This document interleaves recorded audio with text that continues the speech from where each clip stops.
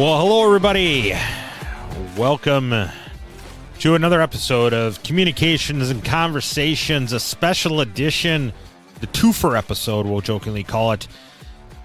Coming to you live on a Thursday night. Well, not live. I mean, live on recording it. Well, it's Thursday night, right? Not normally on Thursday night. But, hey, I've been off for the last 2 Saturdays. So I figured, you know what? Let's give you a little show. Let's give you a little bonus. Let's give you a little hookup of the show. All righty. So thank you for tuning in. Welcome, everybody. Interesting show is going to happen tonight. I'm not going to lie or hide or deny that fact. And the reason I'm saying it's going to be an interesting show is because of what we're going to talk about and why we're talking about what we talked about. Because it boiled my skin. It got under my skin. It festered like Uncle Fester, and I didn't really like it in any way, shape, or form. But nevertheless, we're going to talk about it tonight here on Communications and Conversations. So let's get into it. What are we talking about? What happened? So we were off, right, for the weekend before Thanksgiving, and we were off Thanksgiving weekend, we'll call it, all right? Yeah, busy. You know, sorry, my life takes up some of my life takes up things, right? Can't always go ahead and, you know, try to balance things out there. And I love the show, love you guys for listening and everything, but you know what? Sometimes it's going to go ahead and my life's more important than my show. Anyway, so we were while I was on vacation, I went along and I had the opportunity to talk to some people, talk about radios, play with radios, blah, blah, blah, message, all that kind of fun stuff. And I was reminded of a situation where a person across the river from me, that's the way I'll put it, went along and was saying and trying to do a differentiation between the digital modes, and he did not do a good job. And one of the comments he made at that point in time was that P25 was created by Motorola. And wrong. Okay, no, it was not. Motorola utilized it, okay, but they did not create it.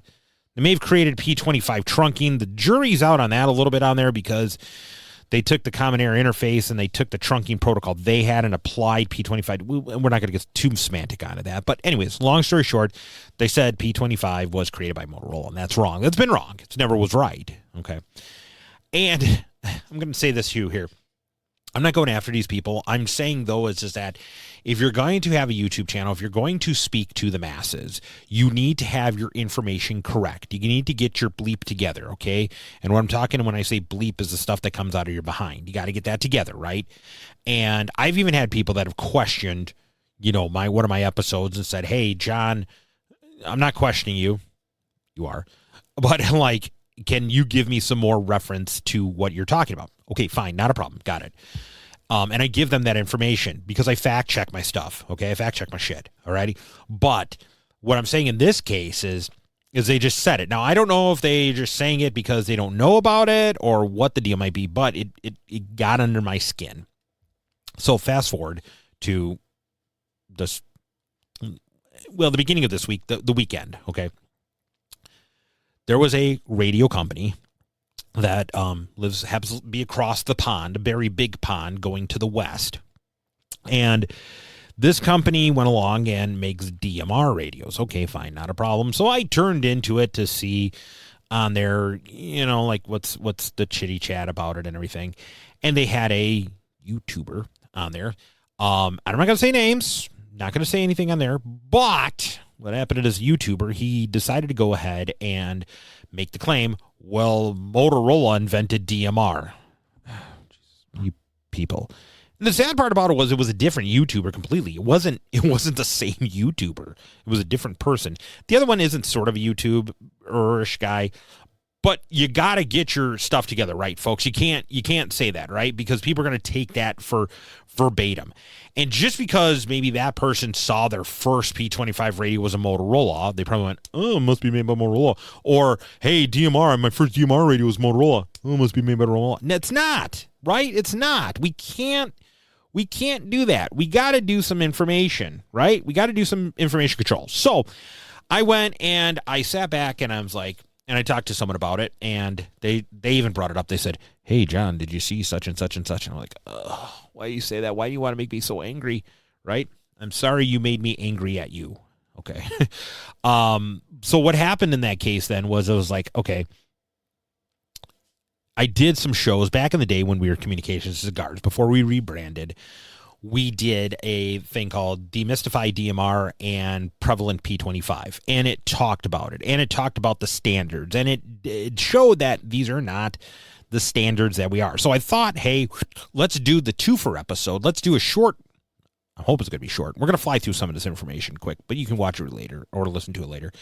But we're going to go through some of the stuff to show it is not created by Motorola. It is not just created by one company. It happens to be standards. It happens to be some standards. So that's what we're going to talk about here today.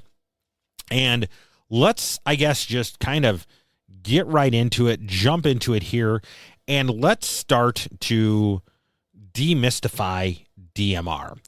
So real quick, we're going to start out with talking about DMR. So DMR is based on an ETSI standard. So ETSI, E-T-S-I, European Telecommunications Standard Institute. That's what it stands for. And they basically create standards for there.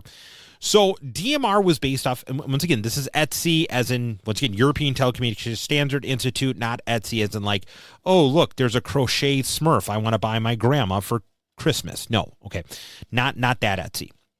But ETSI standard came out and said, we're going to have a couple things. So we're going to have the, in essence, General System Design Standard, which is this ETSI standard here, TR, excuse me, TR 102398 version 1.41. You can look that up, and it will give you all the little geeky stuff you want to know about ETSI.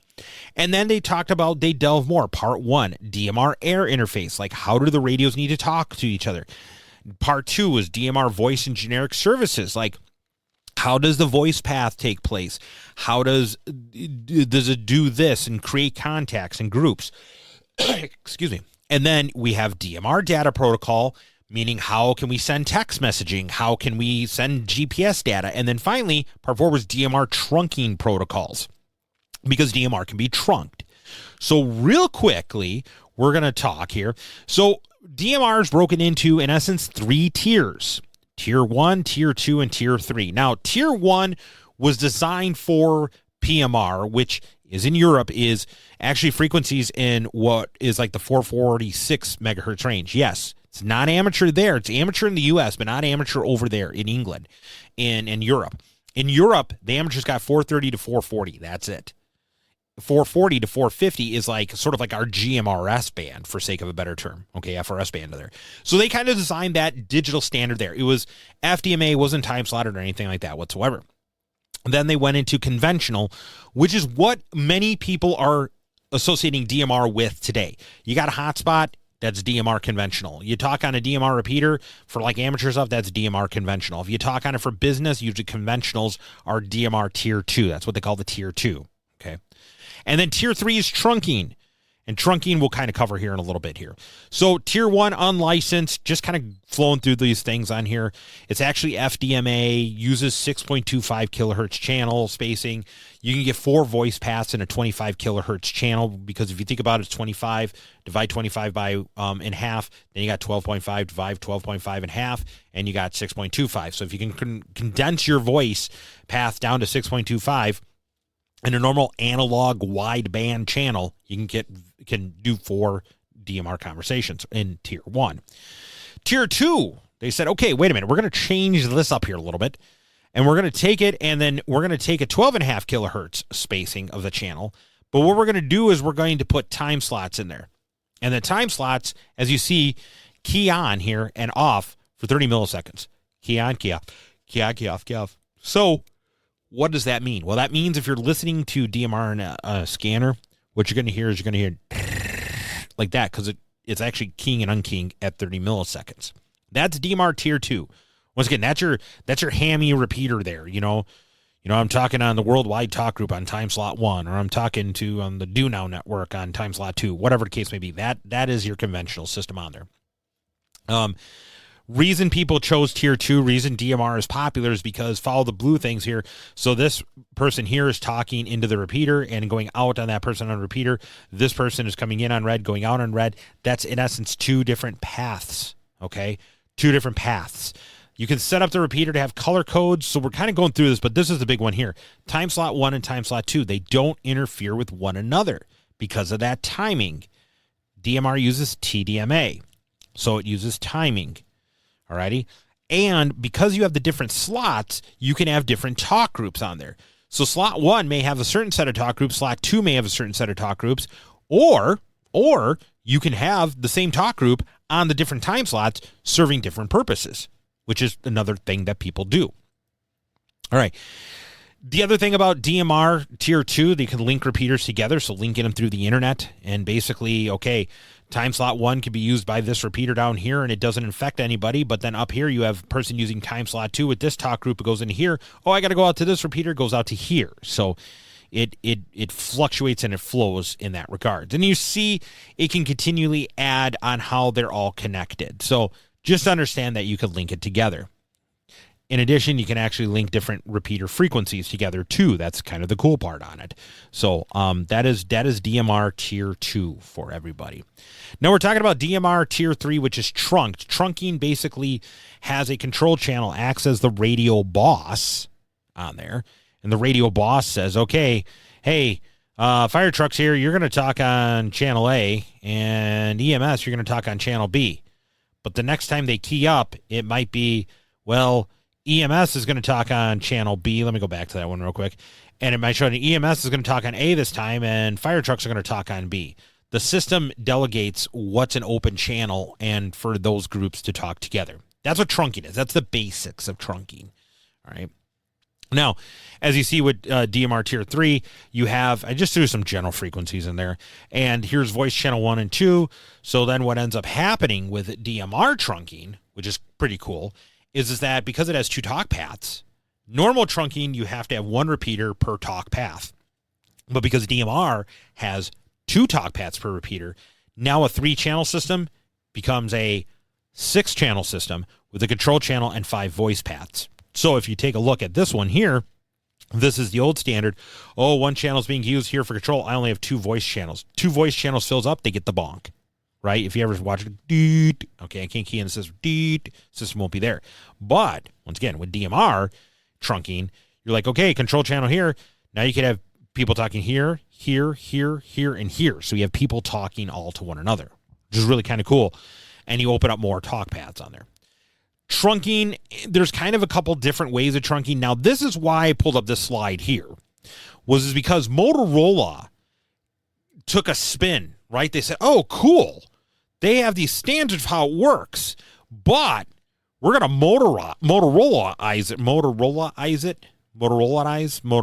Motorolaize it, okay? They called it Moto Turbo. That's what their solution is. It's Moto Turbo. I don't even know why it's Motorola Turbo. I don't know. Whatever. But what happens in that case is that it operates in certain aspects and functionality in that regards. That Motorola puts their little spin on it, their little thing on there. And this was what comes into trunking. So Motorola came up and they said, well, wait a minute, here's the full trunking, which is like the Etsy standard for trunking. But if you don't have a lot of people, you don't have multiple sites, you could just do one, but we'll still call it trunking. Or, oh, you know what? You can go to this one, had up to 15 sites, and that's still kind of trunking. But then you can go, we call Connect Plus, but it's full trunking. You see what I'm saying? So Motorola kind of, I don't want to say bastardized it, but like they put their spin on it. And that's where things got really weird. But in essence, here is what tier 2 or tier 3 trunking kind of is in Motorola capacity.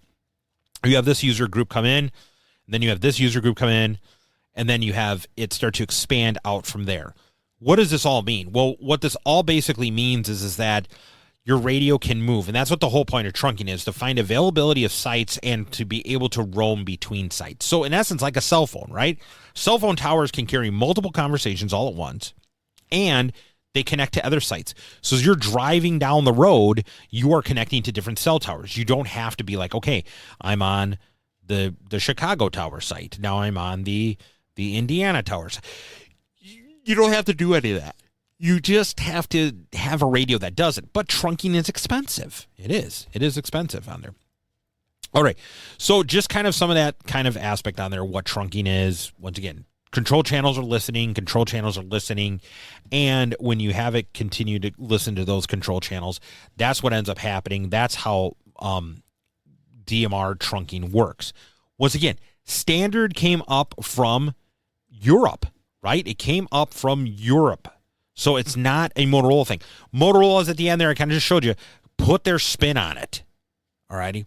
Now, since that time, have there been other people that have come in and said, oh, we're going to do it? Yes, there has been Hytera. There has been other people on there. But this, I'm gonna tell you this, folks. This is a situation where manufacturers outside of the U.S.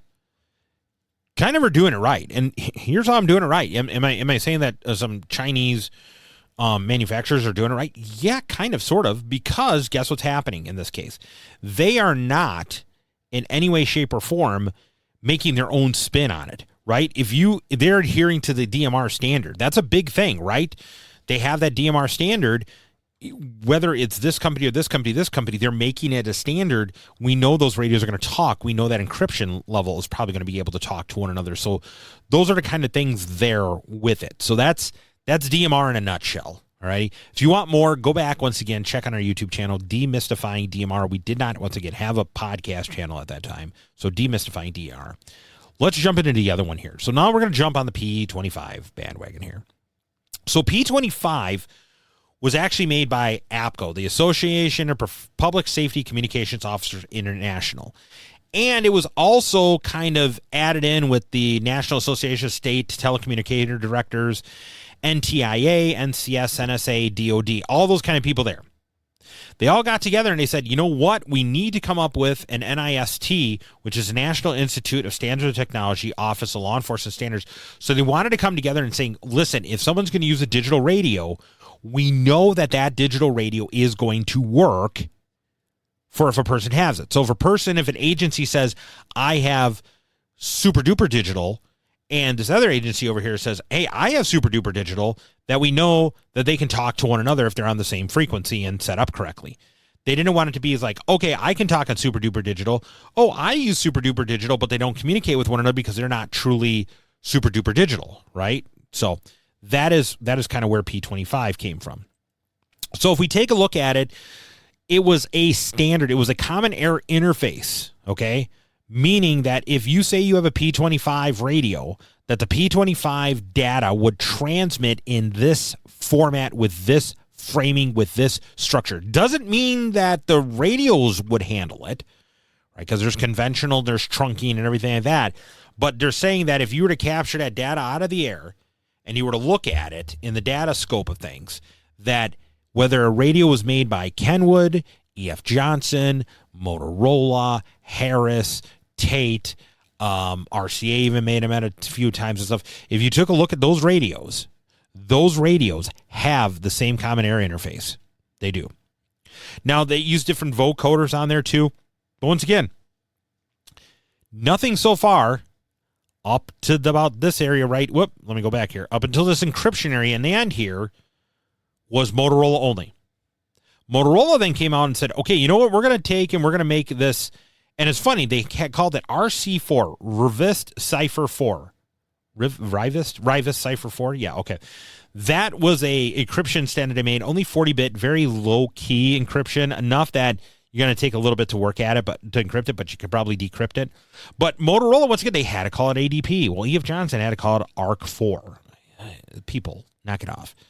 So what ended up happening is that the P25 CAI was FDMA, C4FM, uses NAC codes, all that kind of stuff like that. But once again, broke down in phases, phase 1 and phase 2. Now, these phases, once again, were not created by any one company or anything like that on there. It wasn't. Okay? Was not at all. So kind of just talking a little bit about real quick, since we're talking about DMR, or excuse me, P25 and DMR. It uses a 12.5 kilohertz channel. DMR does too, but remember, DMR does time slotting. So like, it's like putting your fingers together there, where P25 is not. P25 is like looking at your fingers like up and down. It uses the frequency and not a time slot. Trunking, kind of the same thing here. You have a control channel, voice channels, not as efficient in phase 1 trunking as DMR on there, but now they're working on phase 2 trunking, which basically says, okay, it's a control channel and then voice channel 1, 2, 3, 4, and 5. So yeah, so all those aspects on there. So that's kind of what it is on there for P25 and trunking. Very similar to DMR. And once again, standards kind of come and standards kind of go, but for the most part, the standard was what it was, right? It was designed to operate the way that it did. So once again, saying it wasn't only a Motorola standard. And that's where it is. There's really no per se Motorola, Kenwood standards, anything like that whatsoever. Even if, and we're not going to talk about it too much here because I want to wrap up today's quick show. Even taking a look at Next-Gen technology, was Next-Gen's a standard actually out of Europe, kind of like more compressed P25, but it's a standard. Once again, made in by Europe in a standard format. It's not made by one certain company or other. Kenwood brought it over, and Kenwood did it, and then Icom went along and they did the Motorola route, shocking, and they made IDAS, and IDAS is like Kenwood, but once again, it's not fully compatible across all the boards on there. So that's what I wanted to bring forth to you, to say, hey, you know, these digital voice modes are pretty cool. They're pretty interesting, but don't hesitate to question. Don't hesitate to saying, yeah, but, because I think you're going to see and you can find out that just because if people thought a radio was made by a certain company doesn't mean that they invented the technology. And no offense, shame on the people who are presenting the information and are not fact checking it, like here, right? That they can't prove up the point and saying, no, this is what the truth thing is, you know. Especially in the world of radios and especially technology in general, it can be really confusing. Okay, I will hands down admit that. I mean, in this line of work, in this hobby, in this, you know, whatever, it can get pretty darn confusing some days and pretty headache. Is the best way to say it. It gives you a headache. But keep that in mind. So with that, thank you for listening to my little short. Okay. I do really appreciate it. And, we're going to have a regular episode coming up here on Saturday. So tune in for that. Regular episodes are coming back. I appreciate everybody bearing with me. And check in here. We're going to get some really cool things coming up here. We're going to talk about channel plans and stuff. And next episode on Saturday is going to be a channel plan. So with that, the clock is a shortened clock today. I appreciate everyone for tuning in. I appreciate you. I hope everybody stayed safe. I hope everybody had a good Thanksgiving. I had a really good Thanksgiving, and I really enjoyed it. It was a good time to go ahead and spend it with family and friends. And actually, I got to play a little radio stuff. I know it was really cool. But with that being said, catch us up on the podcast if you haven't. We're on many different podcast services. Catch us up here on the YouTube channel. And then, like I said, tune in for Saturday's episode where we're going to be talking about how to get some organization with your channels, channel layouts, channel plans is kind of what it's going to be. And we'll go from there. So until then, everybody, take care, stay safe, and we'll catch you on the next episode.